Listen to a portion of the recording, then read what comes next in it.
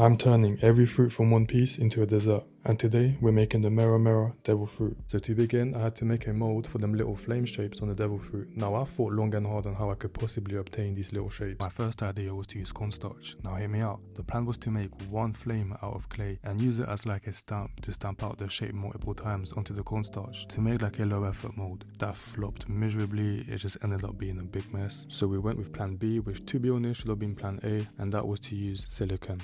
Now that did mean that I had to make so many more individual flames out of clay, which took forever, but the results were definitely worth it. So now it's time for the actual recipe. I was thinking mango gummies would work perfectly for this. So I got some mangoes, blended them, strained them, and then in the saucepan I brought the mango puree to a boil, added some gelatin, some honey, and lastly some strawberry syrup just to get that orange fiery color, and it also added a little bit more flavor. Then transferred it into a squeezy bottle, poured it into the mold, froze it so that it set a lot quicker, and yeah, look at it came out perfect. Like, I was really proud of myself. For the actual fruit itself, I thought why not go for like a mango / coconut kind of vibe. So I quickly made a white chocolate and coconut ganache that I will later whip up into a mousse. But first, let's make the center of the fruit. Now this is why I got pretty bold, because after all, we are making the flame fruit, so I thought why not make it a little bit spicy. So I added one chili, which didn't even do anything, so I added another, which also did not do anything, and at this point it started tasting too much like peppers, which to be fair I kind of liked, but it was not the vibe I was going for. But yeah, then transferred the mixture into these little molds and then froze them solid. Got back the coconut ganache that set nicely in the fridge, whipped it up using a hand mixer until it was smooth and silky and looked delicious. And now we can assemble everything in the molds. Now these molds are normally used for making ice cubes, so they are a bit tedious to use in this way, but I still made it work. To make the chocolate glaze, it's just 1 part cocoa butter and white chocolate with some food coloring. Melt that in the microwave, and then you can dip your fruit into the glaze, and then it should only take a couple seconds to freeze as they are frozen, so yeah, it shouldn't take too long. And finally you can add the little mango gummies using some edible glue. Yeah, you're pretty much done. Some people also want to know how I make the little stems. That's just modeling chocolate, but I'll make a whole separate video on how exactly I make them. But yeah, this was definitely one of my most time consuming recipes for making a devil fruit compared to my other ones. So if for some reason you want to put yourself through the headache of making this, just comment recipe and I'll send you the full detailed process.